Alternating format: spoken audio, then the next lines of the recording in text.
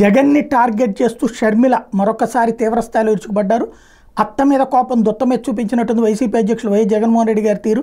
Assembly మీద అలగడానికో మైకిస్తేనో పోతానని మారం చేయడానికో కాదు ప్రజలు ఓట్లేసింది. ఇంట్లో కూర్చుని సొంత మైకుల్లో మాట్లాడేది కాదు మిమ్మల్ని ఎమ్మెల్యే గెలిపించింది. మీ స్వయంకృతాపరాధం మిమ్మల్ని ప్రతిపక్ష హోదాకి దూరం చేస్తే ఆ హోదా ఇస్తేనే అసెంబ్లీలో అడుగు పెడతా అనడం మీ అవివేకానికి అజ్ఞానానికి నిదర్శనం. అసెంబ్లీ అనేది ప్రజాస్వామ్య దేవాలయం.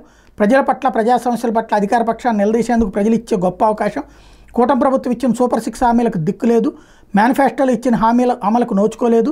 రాష్ట్రంలో శాంతి భద్రతకు విఘాతం కలుగుతోంది.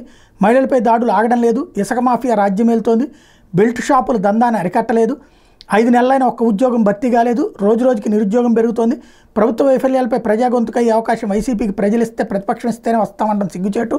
ప్రతిపక్షం లేకుండా సభలోనే ప్రజాపక్షం అవ్వాలని ఇంగితం కూడా లేకపోవడం బాధాకరం. 1994లో కాంగ్రెస్ పార్టీకి 26 సీట్లకే పరిమితమైన కుంగిపోలేదు. మీ లెక్క హోదా కావాలని మారం చేయలేదు. 26 మంది సభ్యులతో సభలో ప్రజల పక్షంగా నిలబడ్డాం.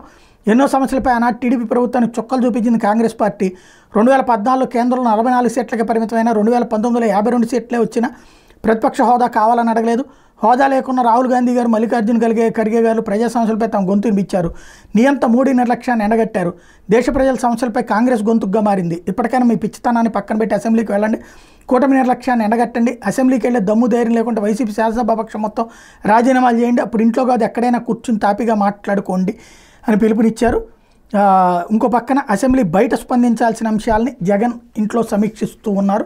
అదే సందర్భంలో ఇక్కడ పాయింట్ అలా ఏంటంటే ప్రతిపక్ష హోదా రాలేదనినే రాహుల్ గాంధీ కూడా 2 సార్లు ప్రతిపక్ష నేతగా తీసుకోవాలి. అదీన్ రంజన్ చౌదరికి తర్వాత ఆయన పేరేంటి మల్లికార్జున ఖర్గేకి అప్పచెప్పారు. ఈ ట్రిప్ ప్రతిపక్ష హోదా వచ్చింది కాబట్టి తనే ఆ హోదా తీసుకున్నారు. కాబట్టి రాహుల్ గాంధీ బుద్ధే వీళ్ళ అన్నకు కూడా ఉంది. అదే ఇక్కడ మర్చిపోతుంది ఆవిడ.